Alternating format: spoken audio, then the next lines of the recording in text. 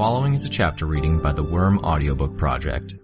Please support the original author at parahumans.wordpress.com. Thank you and enjoy.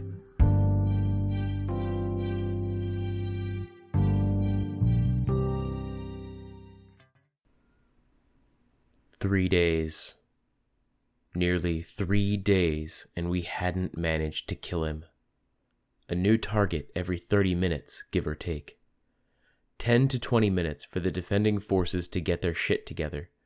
The remainder of that time was our capes trying to hurt him, chipping away at him. Sometimes we made headway. Sometimes he crushed the bulk of the defending forces and then stood still, drawing those rotating columns of altered time to himself. Not covering himself, but allowing the altered time effects to graze the outer edges of his body. He'd heal, regenerating as much as half of the damage we'd done. He hit major cities and small ones, villages even, when he needed some elbow room to regenerate. He'd hit a weapons stockpile in Russia, and nuclear weapons had been accelerated in time, the casings wearing down in that odd entropic eroding effect that accompanied the time accelerations. A nuclear detonation. Heroes were still trying to minimize the damage. He was teleporting less often than he had at first, and there were a number of heroes who were appearing regularly on the scene. Legend, Alexandria, Eidolon, they were stepping up, though they'd started taking breaks, shifts. Legend would skip one, then participate in the next two. Alexandria would do 2 on, then 2 off. They were tired, weary. Everyone was. How could you rest when he could appear where you were? 6 or 8 hours of sleep meant he'd be changing location 12 to 16 times, if not more. And at the same time, that fatigue, it made it easier to make mistakes. And he wasn't an opponent that let mistakes slide. Tecton approached me, setting his hands on my shoulders. "What?" I asked.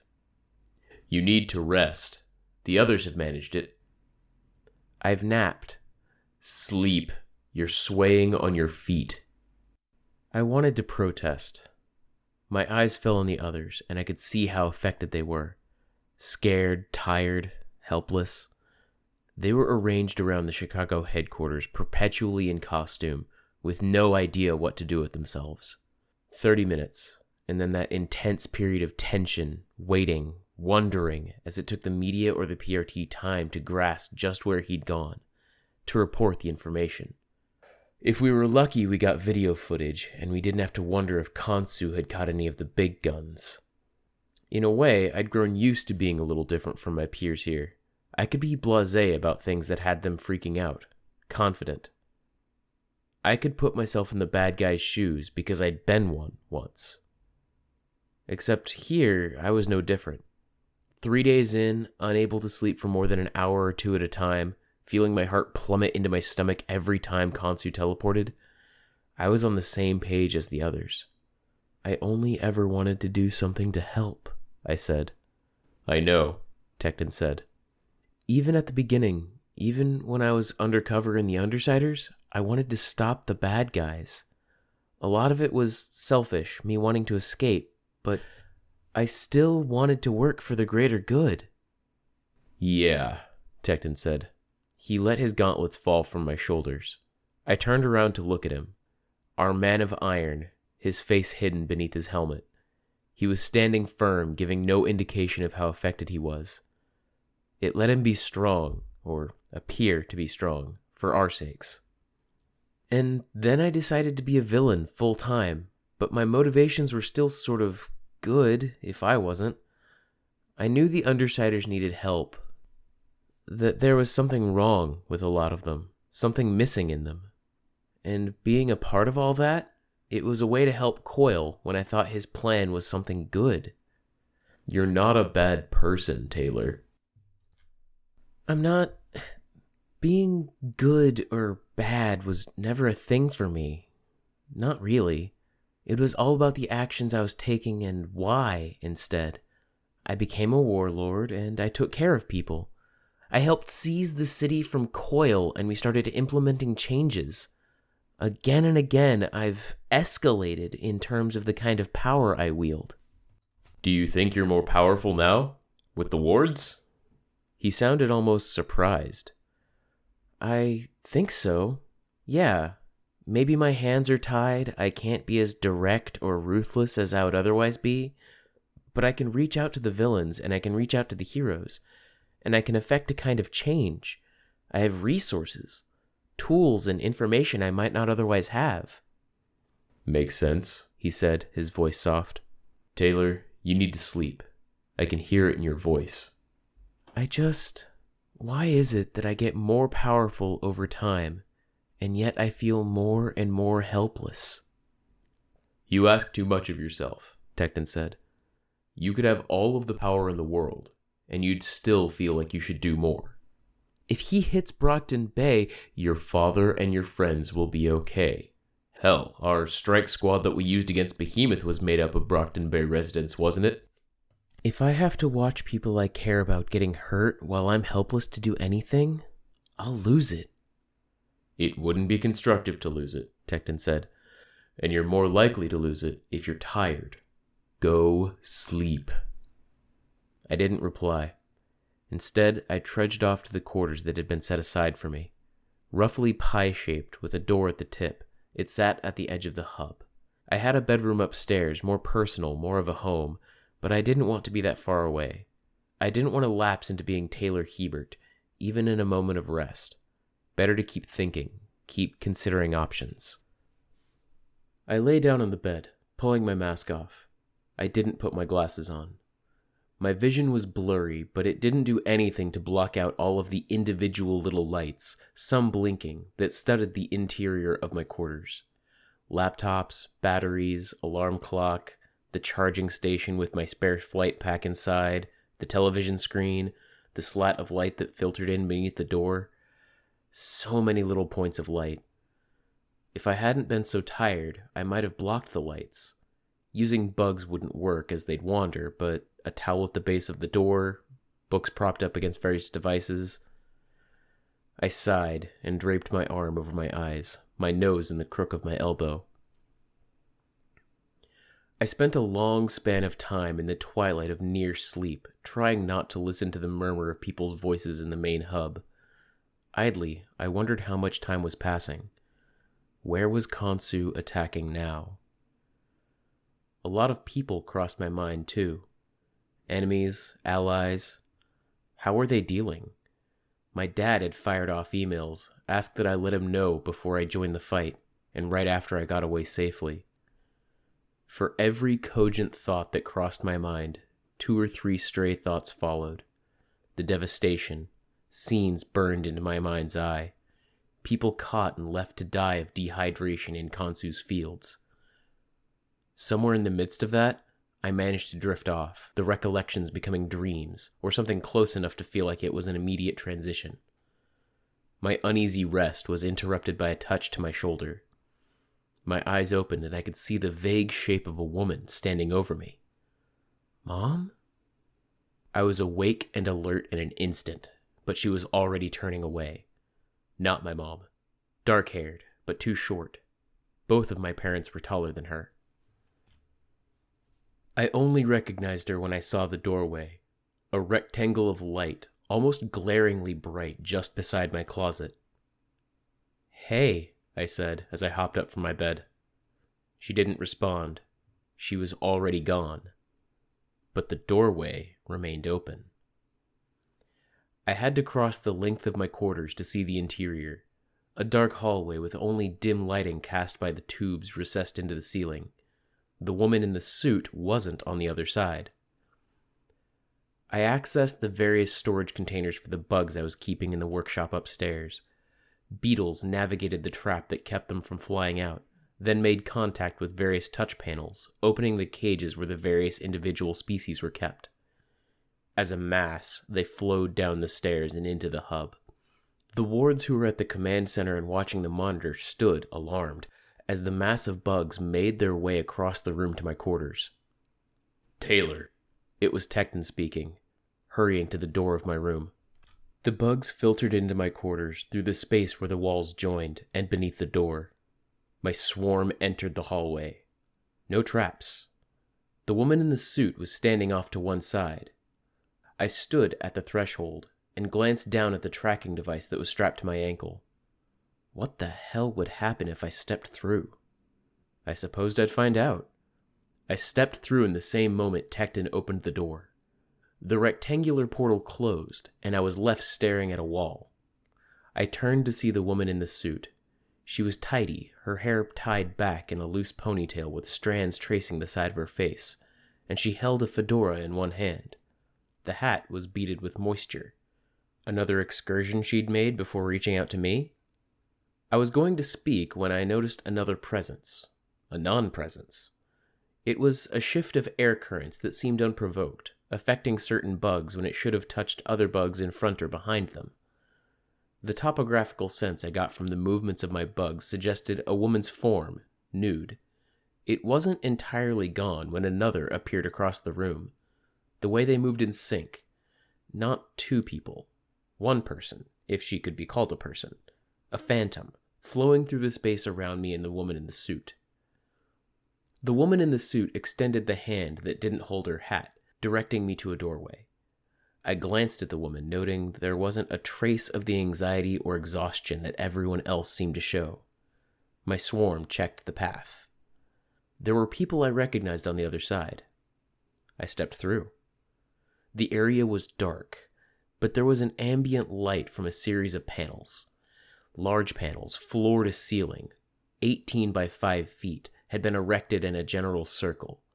2 accompanying panels, only 2 or 3 feet wide, were set up on either side of each larger panel to cast light at a slightly different angle.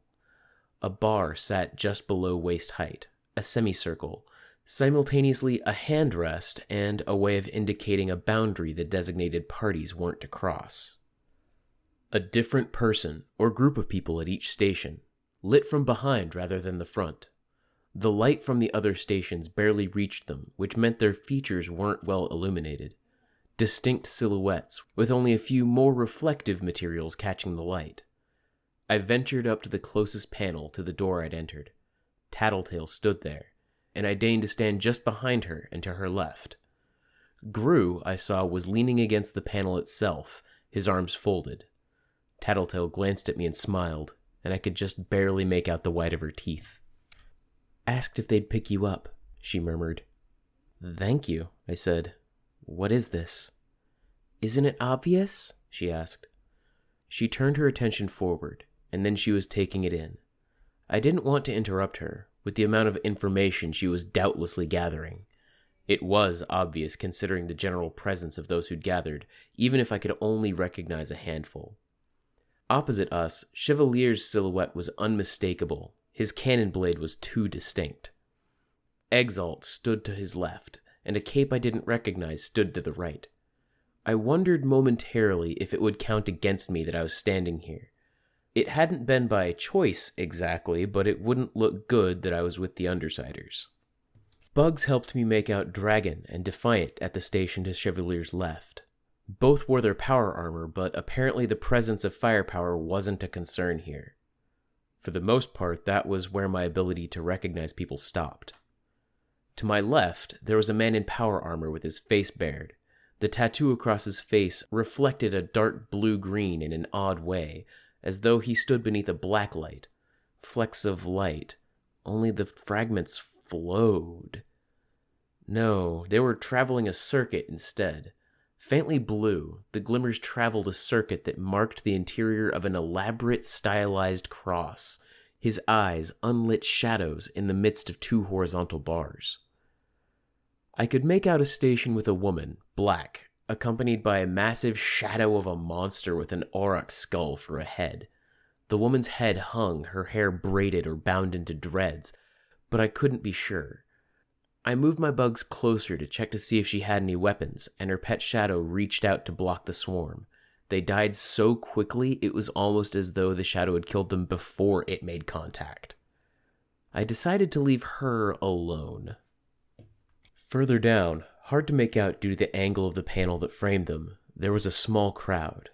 A young girl stood at the forefront, and others were gathered around and behind her. My bugs noted 12 people gathered in front of the panel. Another station had only a woman and a man sitting at a table that had been set out. The man had his hands folded neatly in front of him, and the light from neighboring panels was reflected on the large frame glasses he wore. The woman leaned forward, elbows on the desk, hands clasped in front of her mouth. Dark-skinned, with some kind of pin in her hair. My bugs traced their hips, the area least likely to be unclothed, and I noted the presence of ordinary clothing. A button-up shirt for him, a knee-length skirt and blouse with accompanying lab coat for her. 3 men in robes that bore a striking resemblance to fierces were arranged to our right. "One moment longer," the woman in the lab coat said.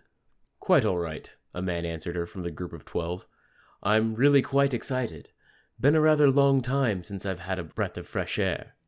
"Hush, Marquis," the girl at the front of that particular group spoke, and her voice was a chorus, a number of people speaking in sync. "I will not have you speaking out of turn. Our hosts have been gracious to invite us. You will not offend them and besmirch my reputation by association." "My sincere apologies." "Marquis?" I had to search for the name for a moment. Then I stopped. "That Marquis?" Another panel lit up and the circle was complete. My bugs found the people gathered in front, allowing me to investigate that crowd, who had silhouettes I couldn't make out in the jumble. A woman with a ponytail and a number of monstrous parahumans behind her. Faultline. The woman in the suit arrived in the room, crossing through the darkness at the center with the steady taps of her shoe heels against the hard floor. She joined the man with the glasses and dress shirt, and the woman with the lab coat. It clicked for me. Cauldron. I was looking at the people behind Cauldron. I felt a chill, despite myself. "Ms. Alcott declined to join us," the woman in the lab coat said, "as did Adelaide, who wanted to be ready to defend his home in case the new Endbringer arrived there. The 3 blasphemies and Jack Slash were unreachable, but we would have far fewer problems if individuals like them could be reached so easily. Except you didn't do anything about Jack when it counted," I thought. "We reached out to a number of major powers and sources of information, and you were the ones who responded. As useful as it might be to have the young Bon or the elite with us, I'm almost glad that we can have this discussion with only those who are truly committed. Thank you for coming. I go by Dr. Mother, and I am the founder of Cauldron." I could hear a growl from within Faultline's group. They were directly opposite Dr. Mother, as far away as they could have been. Probably sensible, all things considered. Cauldron was to blame for the Case 53s. I suspected they could have handled themselves if anyone in Faultline's group were to attack, but setting a distance between the two groups made sense. "Look," Tattletale said, abruptly, "let's cut past the formality bullshit. I know a lot of you are big on that sort of thing, but we should talk nitty-gritty tactics sooner than later, especially considering the amount of squabbling that is sure to happen." "Agreed," Chevalier said from across the room. "Mein sterf elk sekund vanadach, aber sterf in de moederskot en die kinders dodgeskiet susund. Vro word ver kragen ver moren nagmeris skirmans utemer kerm ter fies op hol binchud," the woman with the skull-headed shadow said, her voice quiet and level. I was startled to see that it was a human skull now. "I gave you the ability to understand and speak English," a man in the group of 12 said. "It wouldn't cost you anything to use it." "Axalni utong gebrek ni volis," the woman replied, her voice still quiet, though it was flecked with anger, just a bit of an edge. The man sighed. "Well, I could use my power on everyone else here, but somehow I don't think the offer would be accepted." Another person in that group, a woman, spoke. "She doesn't believe in using English.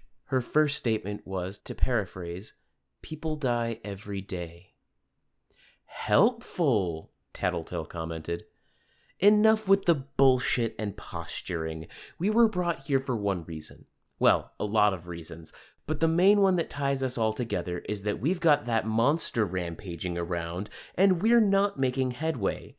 We whittle him down, he heals. Cyan attacks, he teleports, and the Golden Fool doesn't follow. So let's be honest. Let's talk about this and introduce ourselves before we say anything, so we're not completely in the dark." "Some of us have identities to keep private," the man with the cross on his face said. "We can't bullshit around about secrecy and all that.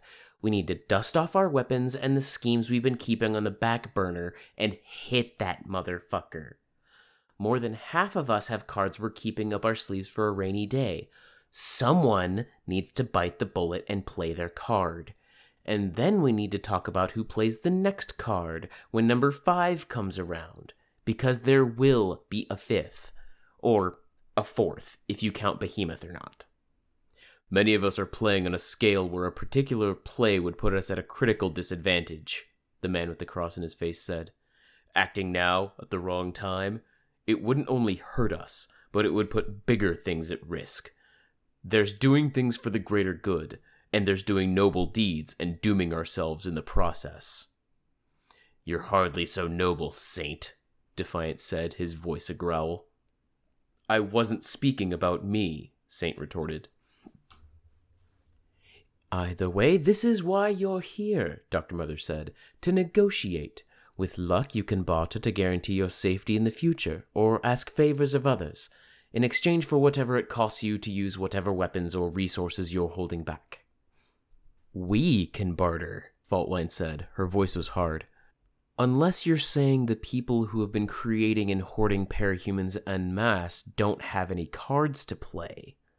"Unfortunately, Faultline, we cannot. Cauldron, to be specific, cannot. I have provided this forum for discussion. We can help troubleshoot or support plans, or even provide assistance, but our cards must remain in place. There's nothing any of you could offer us that would be worth what it costs to act." "Bullshit," I said. I could feel anger stirring. "No way I believe that. Even just that portal system you've got, that's enough to change the tide of this fight." "Not an option," Dr. Mother said. "Because you're afraid," Tattletale said. "There's a fear that someone's going to come after you, trace the portal back home. But there's another bigger fear, isn't there?" "Yes," Marquis said, from among the group of 12, "and I suspect I know what it is." "Contessa here has informed me you do," Dr. Mother said, cutting him off. She was gesturing towards the woman in the suit. "Let me assure you, it would do more harm than good to reveal the details. Especially here. Especially now." "Shit on me," Tattletale said. "You bastards figured this out. How the hell did a bunch of prisoners in a jail that's dangling inside a mountain get to figure it out before I did?" "Hands-on experience," Marquis answered. "Panacea," Tattletale said. "Exactly," Marquis said. "Clever girl. Well, I'm not looking to stir waves. I can't disagree with the good doctor, so I'll keep my mouth shut. Back to business." "Damn it," Tattletale said under her breath. Louder, she said, "You're sure that this doesn't relate to the Endbringer situation?" "It doesn't," Dr. Mother said. "The Endbringers are a puzzle unto themselves, independent of every other major variable." "That reeks of bullshit," Tattletale said. "I want to think you're bullshitting, or you're absolutely wrong and they're connected to everything, but I'm getting the feeling it's not. It's bullshit because it's true?" "I think we're on the same page, Tattletale," the doctor said. "Can we progress this discussion?" One of the robed men asked. "We can," the doctor said. "Thank you for getting us back on track, Taranta of the Tanda. Let's open the floor to discussion. Let's start with the possibility that we might draw from the birdcage." "Freedom matters little to me," the girl with the eerie voice said. "The true end draws nearer." The end of the world, you mean, I said. The end of all things, Queen Administrator, she said. Queen Administrator? What? Isn't that the same thing? The end of the world and the end of all things? Or do you mean the end of the universe? It doesn't concern other celestial bodies. It doesn't matter. This ends, one way or another. We and ours will carry on, in some form, whether it happens today or 300 years from now. How reassuring, Tattletale quipped. You won't help? I am safe where I am, whether it be beyond the Endbringer's reach here, or deep beneath the mountain. I will collect from among the dead, and I will keep them company until the fairy rise from the ruins. Oh, I thought. She's completely out of her mind. There's no way to barter for assistance from within the birdcage, then? Dr. Mother asked. Nothing you want, Glastic-Wenye? The girl, Glastic-Wenye, responded, 100,000 corpses, each being one naturally gifted by the fairy. We don't have time to laugh about like this, Taranta, the apparent spokesman of the Cold Capes, said. I'm not joking, astrologer. I would like to see their lights dancing in the air. I have seen only glimmers, fragments of the performance. To see it all at once? Yes. I heard someone in Faultline's group swearing. Neuter, I suspected. Honestly, I kind of agreed. I clenched my fists, biting back the worst of my anger. I managed to stay calm as I commented, I'm getting a better idea of why things are screwed up as they are. We've got all of the major players here, and half of you are willing to do nothing while the world burns. All of the major players who are willing to come to the table, Dr. Mother said. Not any better, I thought, but I held my tongue. Dr. Mother had turned to the girl from the birdcage. If you participated in the fight, I can promise there would be a number of dead parahumans there. I fear that would not be enough. It would need to be all together for the greatest effect, Glastic-Wenye said. We could provide that many over a period of 10 years, if required, but we'd want more assistance than simply this one fight, Dr. Mother said. She stopped as the man with the glasses leaned close. A moment passed.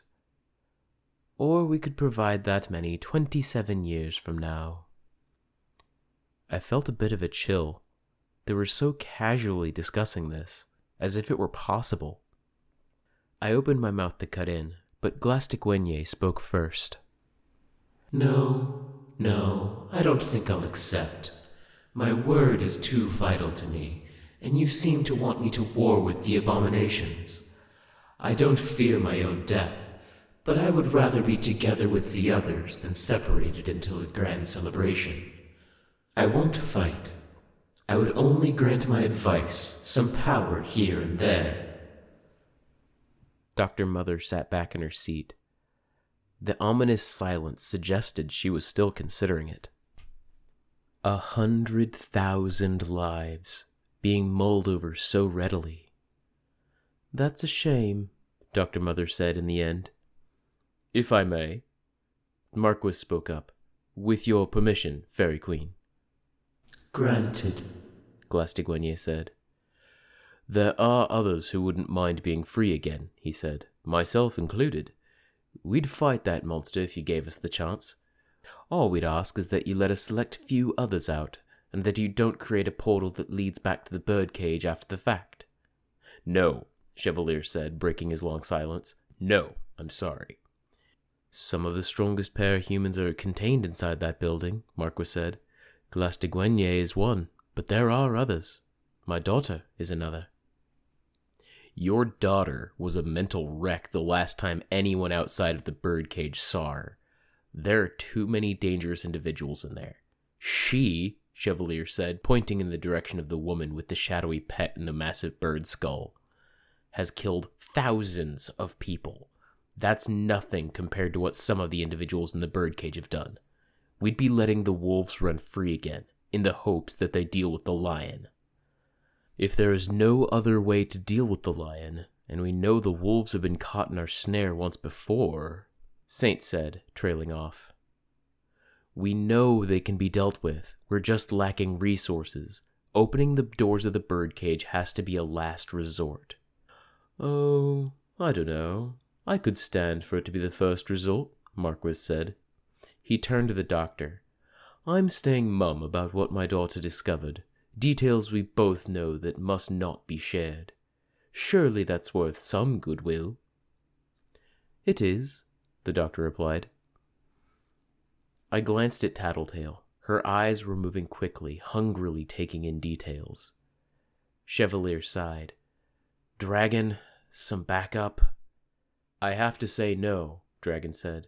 The prisoners must stay within the Bauman Parahuman Containment Center. If you intend to rescue them, I'll deploy everything I have to stop you. Neither of us can afford the losses at this juncture. But if we did try, Saint said, and if we did free a handful of deserving individuals, you wouldn't be unhappy, would you? There was a pause. Telling. It was enough of a delay for Chevalier to look from Saint to Dragon and give her a curious stare before she spoke. My view on who is deserving is far different from yours, Saint. Those of us standing here, me, my daughter, Lung, Marquis said.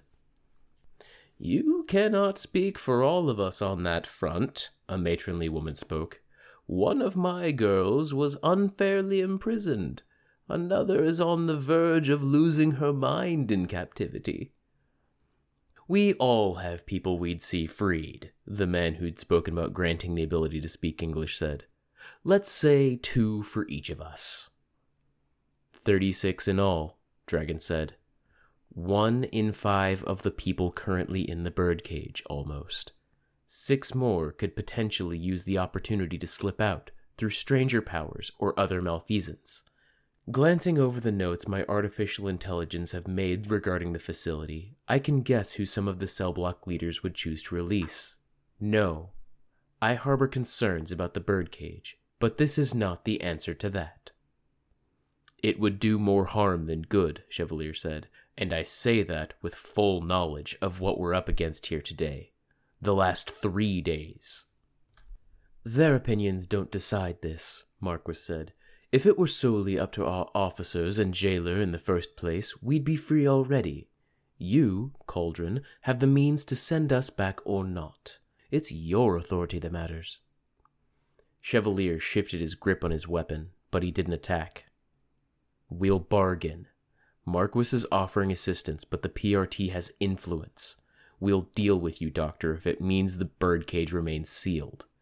With the ongoing inquisition against Cauldron Capes, perhaps there are 1 or 2 you'd want to be ignored.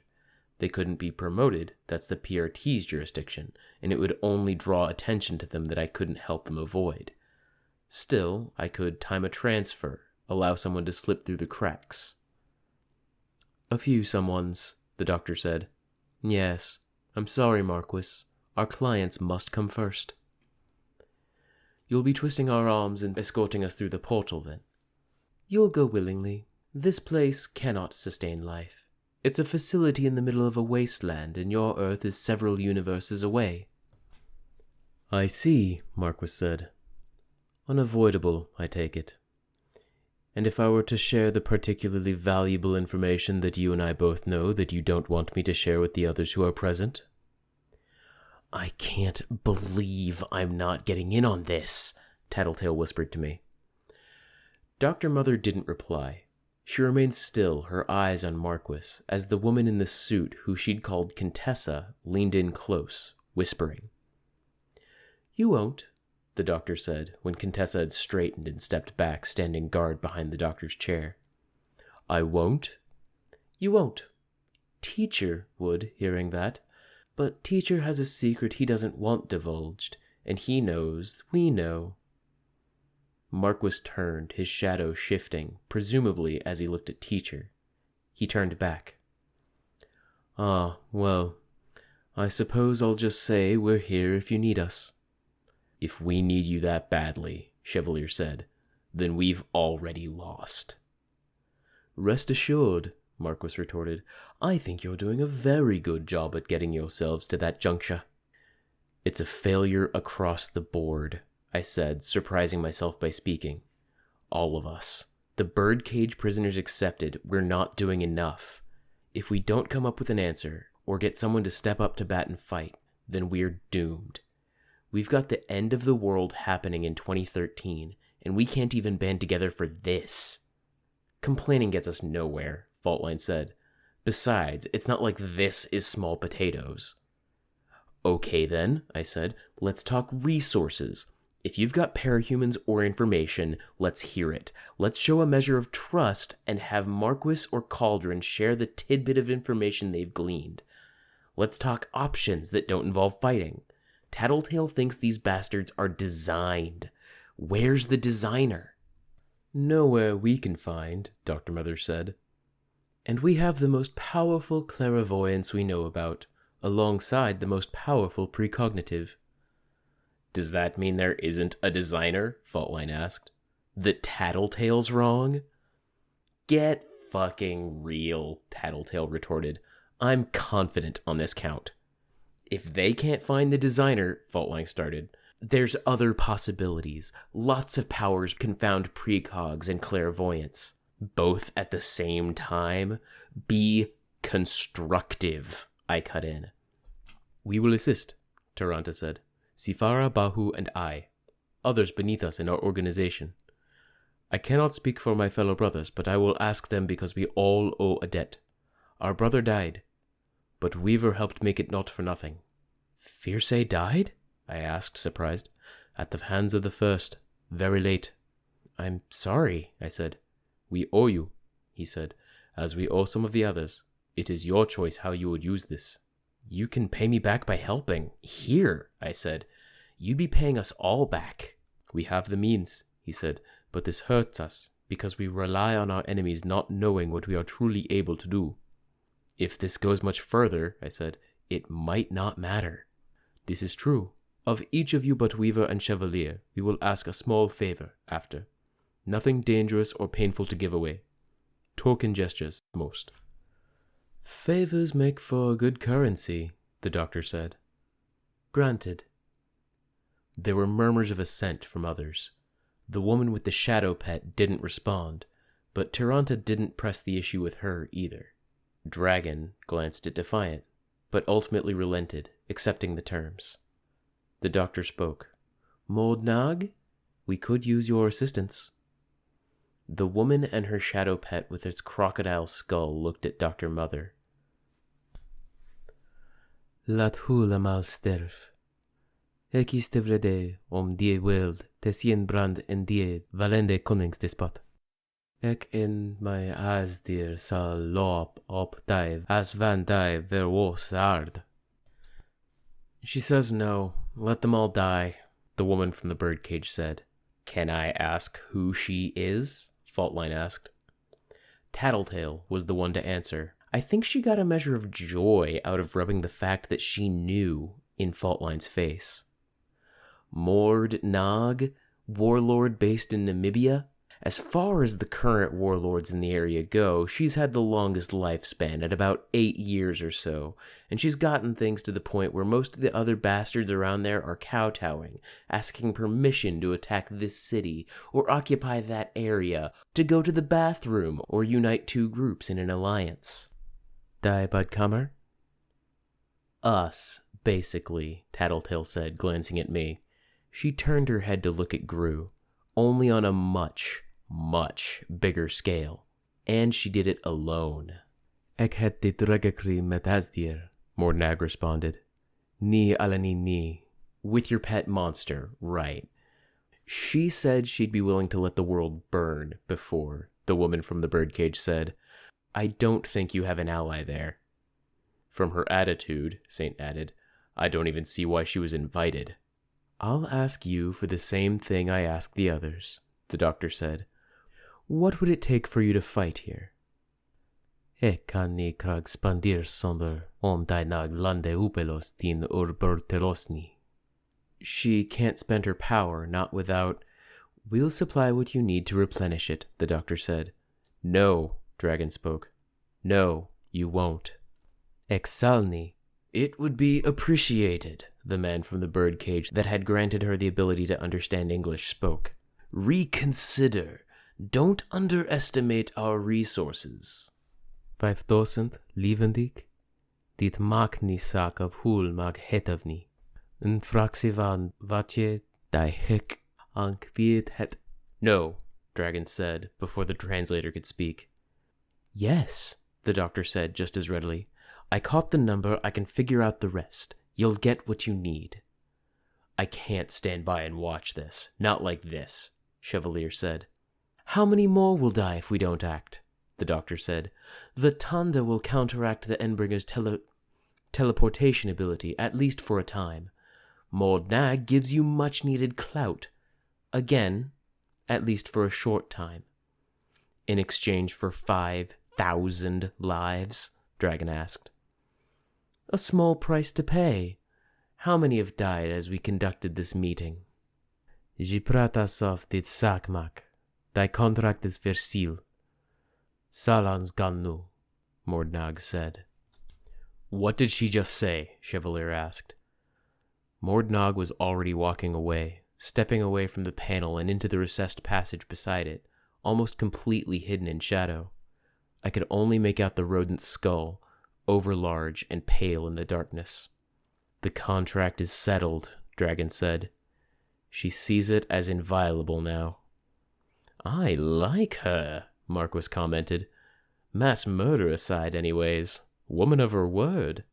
We'll find her, Chevalier said to the doctor. After the battle is done, before you deliver those people to her. You promised us a favor in exchange for our not letting Marquis and the other cell block leaders free, the doctor said. I could ask you to leave this be, the doctor said. No, not this. Not 5,000 people fed to that woman's pet. Stop us then, the doctor replied. Or try, as it may be. That's one Endbringer we should be able to drive away. As Weaver said, we may have to evacuate the planet if this doesn't work. Faultline, your assistance would be invaluable on that front. You've already created 9, I believe? 3 of which were supposed to be secret, Faultline replied. It doesn't matter. We'll pay for several more at major locations, and we'll arrange your transportation. Faultline stared at the woman. No, Doctor. No? Not your money. Not you. Short-sighted, Saint commented.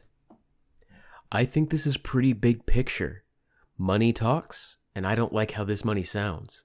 She spends 5,000 lives like someone else would spend change. Cauldron made innocent people into monsters. They took everything from them. I can't deal with that in good faith. She turned to Chevalier. We'll give you a discount. Escape routes in major cities across America, leading to the world that the Brockton Bay portal goes to. Fuck that, Tattletale said. I'll talk to my superiors, Chevalier said. Good, Faultline said. That's settled then. Leaving only the Endbringer that comes next, I said. We don't know what measures need to be taken until it makes an appearance, Defiant spoke. Another meeting, the doctor said. Another day. I could feel my heart skip a beat at that. I wasn't sure I liked what this was becoming. Then again, the nature of this meeting had been suggested from the start, with the shadows concealing identities. Everything the PRT had been fighting to assure people that parahumans weren't doing was happening here, in this room. Scheming, trading lives like currency, and wielding incredible amounts of power, money, and influence. But before we get that far, the doctor said, Tattletale? You asked me here for a reason, Tattletale said. Multiple reasons. The first being to give you an opportunity to check something for our mutual benefit. You brought the major players in, so I could see if anyone was the designer, the creator of the Endbringers. And? Nobody here. The doctor nodded. I suspected. They remain immune to precognition, but the designer wouldn't be, I don't think. It's good to double-check, regardless. Will you be attending if we hold another meeting, Chevalier? the doctor asked. Others, the Tanda, were departing now. Gru had stepped away from the panel to step close to Tattletale, whispering something. Then Gru walked past me, not even glancing my way, before disappearing into the corridor I'd used to enter. Hurt, confused, I couldn't speak to ask Tattletale why without possibly interrupting Chevalier as he spoke in a steady, quiet voice. I don't think I have a choice. If I don't come, then I'm left blind to what's happening behind the scenes. I wouldn't be able to intervene if you tried something like you did with the birdcage. That's true, Dr. Mother said. And I think that's exactly what you wanted, he said. You have that Contessa there, and she sees the road to victory. You schemed this. Yes. Why? Chevalier asked. It's not time for you to know, she said. Fuck that, Tattletale cut in. Most of the other groups were gone. Faultline and her group lingered behind. I think it's damn obvious what you're doing. A new world order, I said. Tattletale nodded in agreement beside me.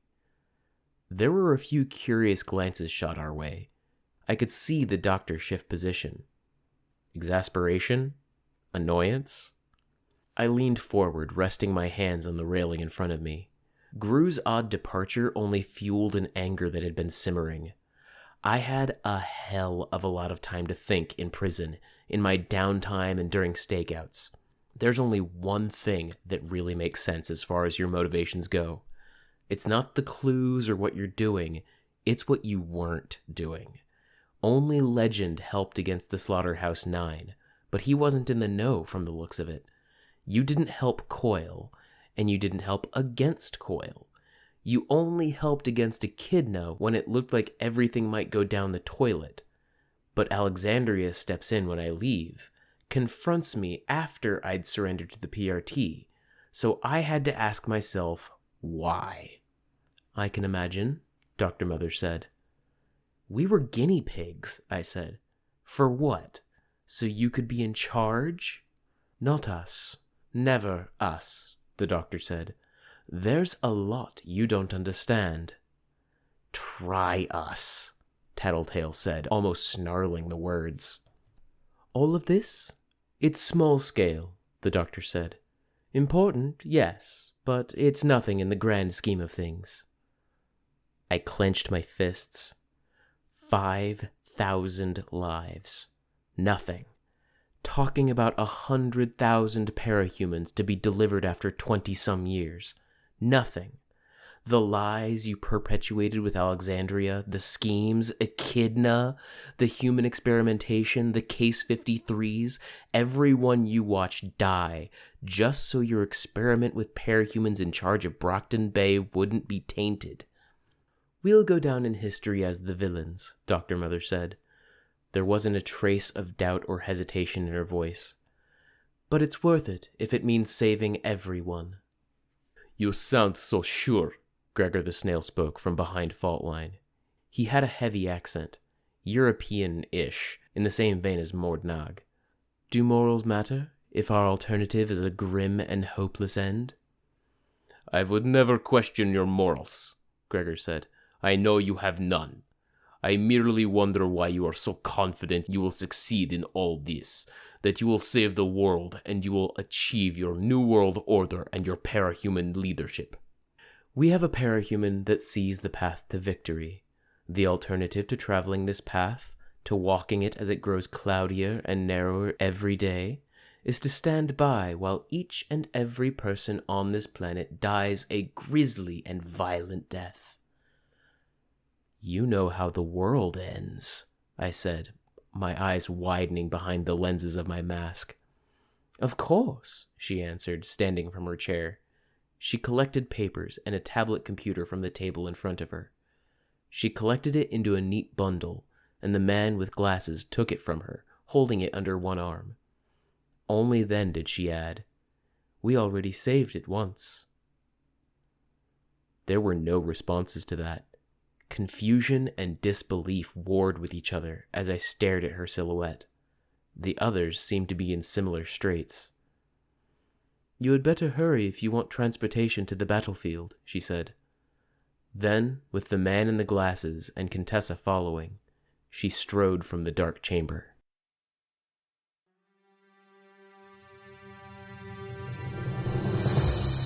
Hi, this is Rob Doss. You just finished listening to a chapter from Arc 25, Scarab, from the web serial Worm by J.C. McCrae. This production is brought to you by the Worm Audiobook Project. If you would like to know more about us or to volunteer your own services, please check us out at audioworm.rein-online.org. You can download or listen to every chapter directly from our site, or you can find us on iTunes or any podcast app under Worm Audiobook. Thank you for listening.